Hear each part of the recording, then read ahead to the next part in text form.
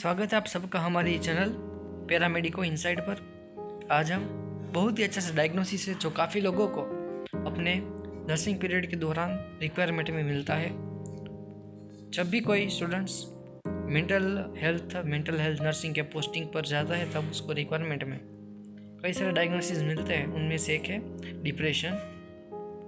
तो आज का हमारा डायग्नोसिस है मेजर डिप्रेसिव डिसऑर्डर। अगर आपको सिर्फ डिप्रेशन वाला डायग्नोसिस मिला है तो भी आप उस पर ये लिख सकते हो, ठीक है, उसमें कोई दिक्कत की बात नहीं है।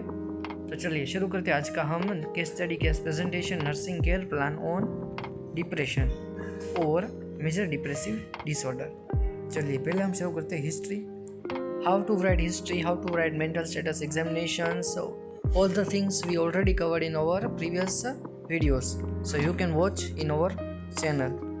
तो आज हम सब के सब डिटेल में नहीं जाएंगे। अगर हम सब कुछ डिटेल में देखेंगे तो वीडियो बहुत लंबा हो जाएगा, ठीक है। इसलिए हम शुरू करते हैं, स्क्रॉल करते जाएंगे, आप स्क्रीनशॉट लेते रहेंगे, ठीक है। तो चलिए पहले है हिस्ट्री ऑफ पेशेंट से, इसमें आइडेंटिफिकेशन डेटा है, ठीक है, ये सब है। आप अपनी तरह स्क्रीनशॉट लेते रहेगा, ठीक है।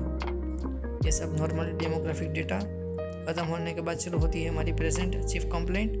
जो कंप्लेंट्स है पार्ट में डिवाइड होगी according to the patient and according to the family member और जो भी उसके साथ आया है, ठीक है, उसकी दोनों की कंप्लेंट्स क्या होगी, थोड़ी बहुत सेम होगी लेकिन थोड़ी बहुत अलग होगी, ठीक है। अकॉर्डिंग टू द पेशेंट जो भी कंप्लेंट है वो यहाँ पर हम लिखेंगे। फिर according to the family members chief complaints है, ठीक है। फिर हिस्ट्री ऑफ प्रेजेंट इलनेस। तो अभी जब हम उसका क्लिनिकल प्रेजेंटेशन कर रहे हैं, ठीक है, जब वो उसकी हिस्ट्री ले रहे हैं तब उसको क्या क्या कंप्लेंट्स है वो हम यहाँ पर लिखेंगे according to the patient and according to the family members and past psychiatric and medical history के बारे में जानेंगे, ठीक है। फिर हम देखेंगे फैमिली हिस्ट्री के बारे में। फैमिली हिस्ट्री में हम फैमिली ट्री देखेंगे और फैमिली डिटेल देखेंगे। फिर है पर्सनल हिस्ट्री, ठीक है। पर्सनल हिस्ट्री में भी सब कुछ डिटेल में है, सब कुछ आप अपनी तरह स्क्रीनशॉट लेते रहेगा, ठीक है। हम स्क्रॉल करते जाते हैं।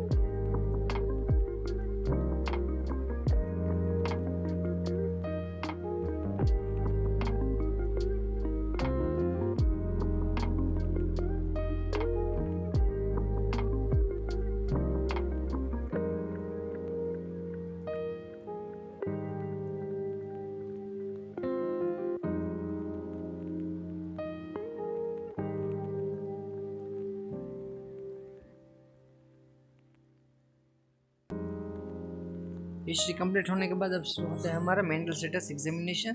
तो जो मेंटल स्टेटस एग्जामिनेशन है, ठीक है, वो भी हमने डिटेल में बता दिया है आपको पहले भी 2 वीडियो में, ठीक है, पार्ट 1 एंड पार्ट 2। वो भी हमारे चैनल पर आपको मिल जाएगा, उसकी लिंक भी डिस्क्रिप्शन में आपको मिल जाएगी। तो अगर आपको नहीं पता तो उससे आप सीख सकते हो, ठीक है। तो चलिए हम इसमें सीधा स्क्रॉल करते जाएंगे, अपनी तरह स्क्रीनशॉट लेते रहेगा और लिखते रहेगा, ठीक है।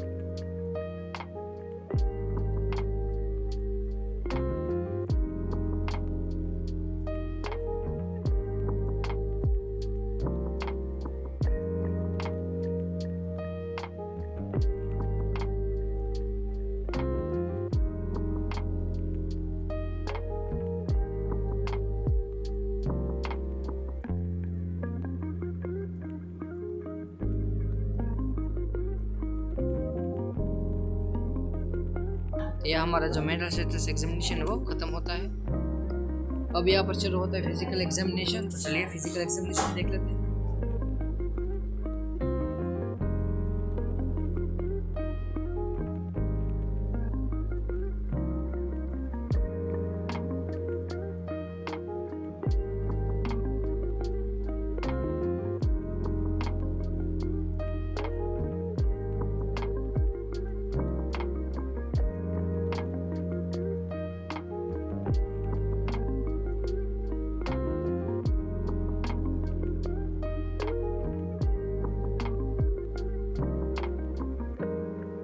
चलिए शुरू करते हैं आज हमारी डिजीज कंडीशन, जो कि है मेजर डिप्रेसिव डिसऑर्डर। अगर आपको डिप्रेशन की कंडीशन मिले हैं तो आप गूगल पर जाके अपनी डिजीज कंडीशन लिख सकते हो। अपने पास जो भी बुक है, ठीक है, उसमें से आप डिप्रेशन का कंटेंट लिख सकते हो। अगर कुछ भी नहीं है तो ये कंटेंट भी लिख सकते हो, ठीक है। बिल्कुल डिप्रेशन का ही है, इसमें कोई आपको प्रॉब्लम नहीं है, ठीक है। तो चलिए इंट्रोडक्शन है पहला, अपनी तरह स्क्रीनशॉट लेते रहेगा, ठीक है। अगर हम सब कुछ आपको बताएंगे तो वीडियो बहुत लंबा हो जाएगा, ठीक है, इसलिए हम स्पीड से लेंगे अब।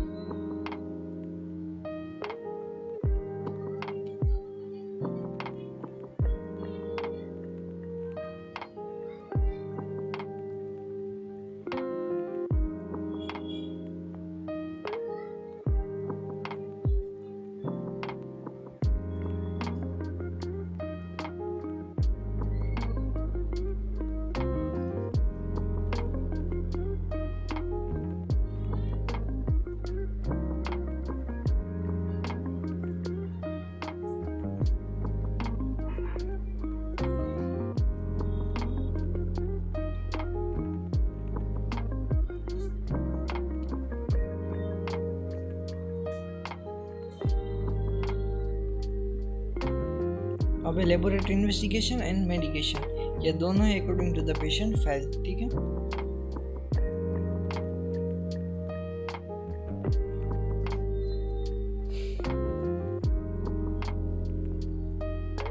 चलिए अब बारी है हमारी नर्सिंग डायग्नोसिस की।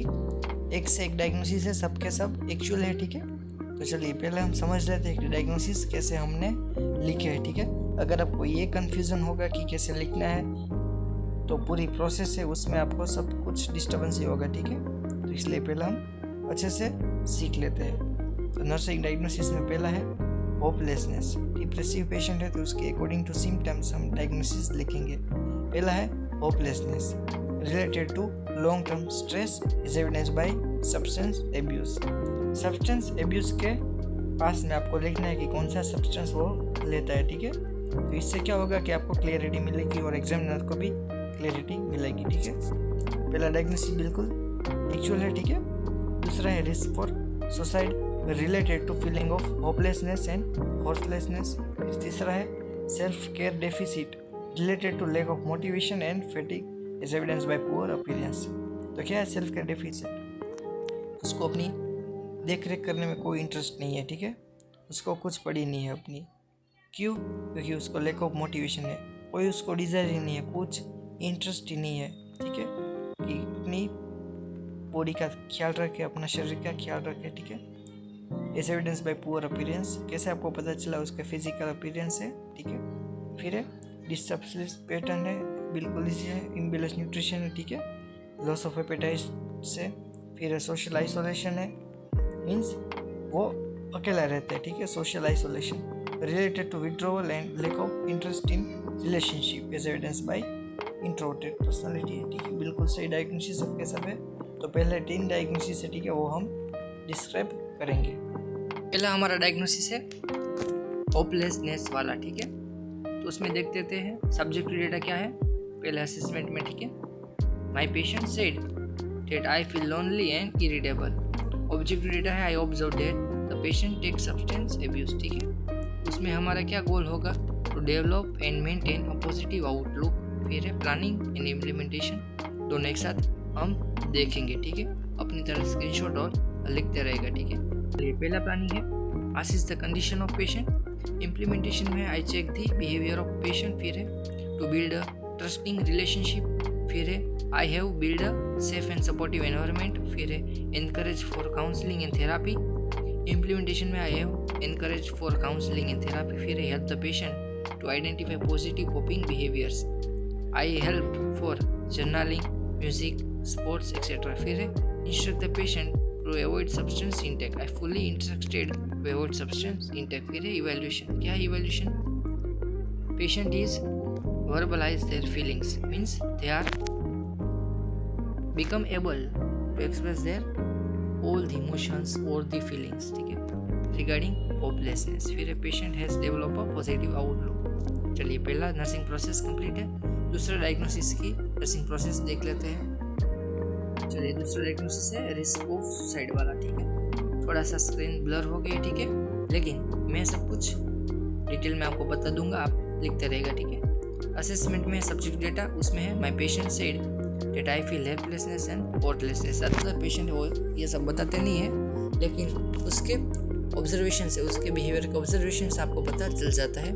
और एक बात बतानी है, जब भी आप रिस्क वाला डायग्नोसिस लिखे तो उसमें सब्जेक्ट डेटा आपको नहीं लिखना है, ठीक है। हमने लिखा है लेकिन आप नहीं लिखेंगे, ठीक है, क्योंकि जो रिस्क वाला डायग्नोसिस है वो हम खुद असेस करते हैं, पेशेंट कुछ असेस नहीं करते, ठीक है, पेशेंट कुछ नहीं बताते इसमें। तो ऑब्जेक्ट डेटा लिखेंगे हम। आई observe that the patient remain alone, ठीक है। देख लेते हैं गोल क्या है। मैं गोल है patient will remain safe from suicide और सेल्फ इंजरी। हमारा गोल है कि पेशेंट को सेल्फ डिस्ट्रक्टिव एक्ट से उससे दूर रखना है, उसके जैसे थॉट्स से और थॉट्स पैटर्न से भी उसको दूर रखना है, ठीक है। प्लानिंग और इम्प्लीमेंटेशन, चलिए देख लेते हैं। प्लानिंग है assist the condition of patient है, ठीक है, दोनों आप लिखते रहेगा अपनी तरह से। फिर I assist the condition including mental status examination, ठीक है। MSC and suicide plan, build a positive safe and supportive environment हमने बनाया है। फिर acknowledge suicide and their consequences, I have discussed the reality and its consequences. पहला है provide calm and hazardless environment, I have removed all sharp danger things from surroundings. फिर I involve the family members in the therapy, I involve the all family members in the therapy and आखिर में administer prescribed drug, ठीक है। फिर है evaluation, उसमें देखेंगे क्या है evaluation। patient is participant in therapy session, patient has developed a positive outlook, ठीक है। अब तीसरा डायग्नोसिस देख लेते हैं क्या है। तीसरा हमने देखा है सेल्फ केयर डेफिसिट वाला, ठीक है। सब्जेक्ट डेटा है my patient said that I feel fatigue, lack of motivation, lack of interest, ठीक है। ऑब्जेक्ट डेटा है I observe my patient general poor appearance, ठीक है। फिर है उसमें गोल patient will perform all activity of daily living independently, ये हमारा गोल है, ठीक। उसमें देखेंगे प्लानिंग और इम्प्लीमेंटेशन। प्लानिंग क्या है assist the condition of patient है। फिर है provide step by step guidance to complete simple task, साथ ही साथ आप इम्प्लीमेंटेशन देखते रहेगा, ठीक है, स्क्रीनशॉट लेते रहेगा। फिर है प्रोवाइड स्पेसिफिक शेड्यूल, फिर encourage to eat with others, I encourage for therapy and treatment, ठीक है। आखिर में देख लेते हैं इवैल्यूएशन क्या है।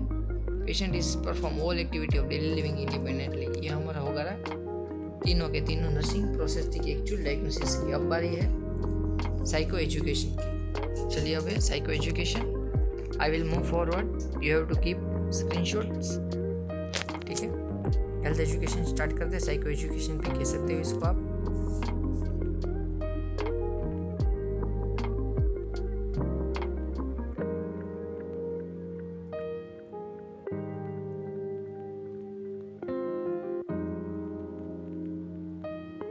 So in last, just see the summary. So here we completed a case study, case presentation on major depressive disorder. It is very clearly, very beautifully explain all the things with all dynamic and all angle. तो चलिए यह हमारा पूरा case presentation खत्म हो गया है। अगर आपको इस वीडियो से कुछ सीखने को मिला है तो वीडियो को लाइक कीजिए, शेयर कीजिए, कमेंट कीजिए। चैनल पर नए हो तो चैनल को सब्सक्राइब कर दीजिए, ठीक है। अगर कुछ भी प्रॉब्लम हो तो कमेंट कीजिए आप। अगर किसी भी रिक्वायरमेंट चाहिए तो उसकी कमेंट आप करिए ना, ठीक है। चलिए मिलते हैं नए वीडियो के साथ।